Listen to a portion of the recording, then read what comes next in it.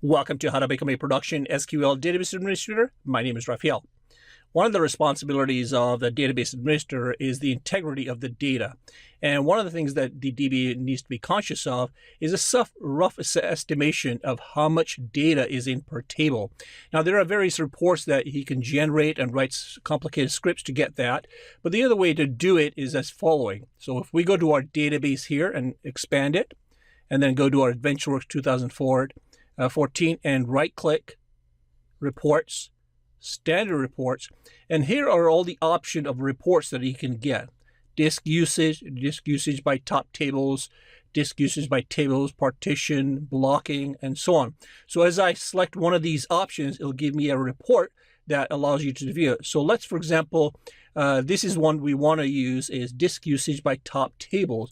So if I open that, it generates a very quick and very informative report that I can visually quickly look at and determine how many records are per table.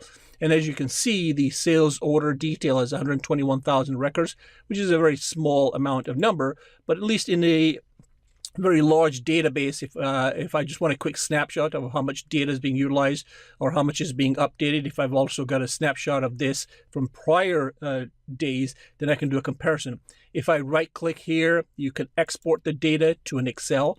So if I'm doing some analysis for weekly or monthly or even daily analysis of what is the growth rate of, let's say, how many records are being imported for sales order detail from day 1 to day 2 or week 1 to week 2 and so on, then this is a quick way I can do that, and I can do some quick analysis on the Excel sheet itself. So this is one of the quick ways that I would encourage you to look at the data and be conscious of, at least briefly, of how much data is in per table. Because as the data gets larger, we're going to have to start utilizing other SQL techniques to manage that large amounts of data. Again, this is very, very small, but this just gives you an illustration of how the DBA can view the content of a database and its reports, or its tables, I should say, through this report. And as you can see, it's a very, very, very tiny, comparatively speaking, database, so it's hardly anything, and then it gives you the reserves room. And the fact that you can import it is a great tool also. A couple other things now while we're here. I want to really close this. I don't want to really go beyond this. Let's just look at some of the navigational tools here. Here, as you can see, that these are all the databases. If I expand that, you'll see a folder called System Databases. And if I expand that, you'll see the 4 databases called Master, Model, MSDB, and Temp databases. When you install SQL Server, whether it's in Express Edition right through Enterprise Edition, you always get these system databases.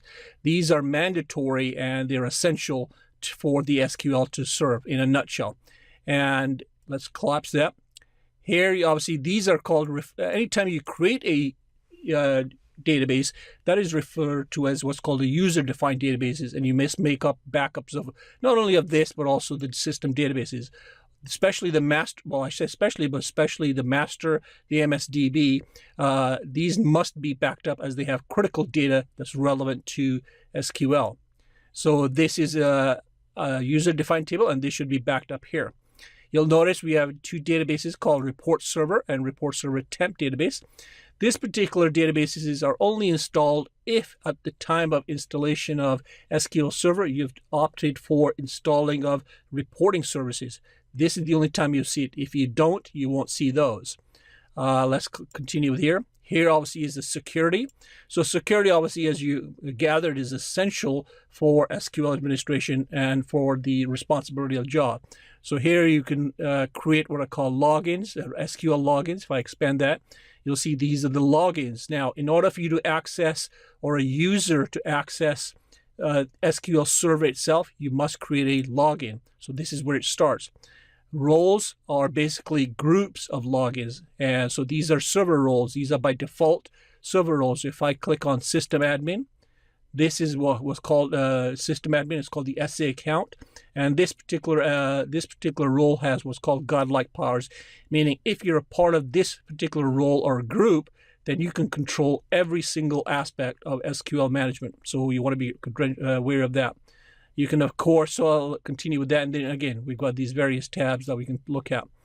Replication.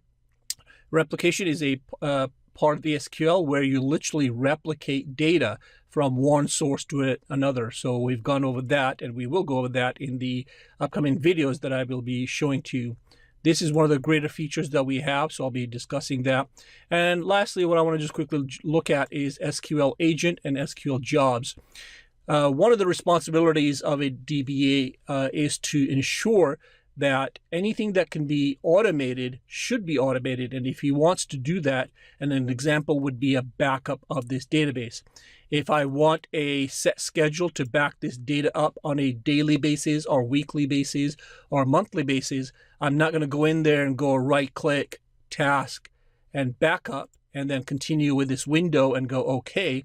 I'm not going to do it manually. What I'm going to do is actually I'm going to go to the server agent under jobs, and I'm going to go right click, new job, and then I'm going to write the various steps here. Where's the code? Well, actually here. So I would write the code here that will allow me to back any of the databases or the system databases. And then actually, once we have done that, what we'll be able to do is set a schedule. And this is what the jobs do, allow you to do. It allows you to run a particular job and execute on a scheduled, timely basis. So then once I've created a job to back up system databases or user-defined databases, then it will run continuously and I don't have to do that. So one of the great responsibilities and great things that DBA does or tries to do is make sure anything that can be automated, whatever that responsibility is done through a job. And we certainly do that. It becomes a lot easier and a lot less tedious of creating new job, creating backup plans and so on. So anytime you can automate a process in the SQL environment, we utilize what's called the SQL Server Agent and jobs. And then you have some various alerts that you can create, operators, and look at the error logs of this SQL server. So if you have any issues, this is where you would address them. So this is just what I wanted to show you about their reports. And there are other facets and responsibilities that a DBA does, and there's a tremendous amount. And again, I've been in the upcoming videos, I'll show you all the courses that you need to actually get a full-fledged, in-depth education about SQL administration. And I think I went over that in the previous video. So you can look at previous video or the upcoming videos also. So you can look at that and look at the list of SQL courses that I've done that will allow you to manage this entire environment in many, many aspects. So again, I just wanted to quickly introduce you to this report and introduce you to this GUI, which is GUI Graphical User Interface. And this is how we DBAs manage the database administration. So I think I'll leave it there and we'll continue with the next series. So my name is Rafael, and this is how to become a production SQL database administrator.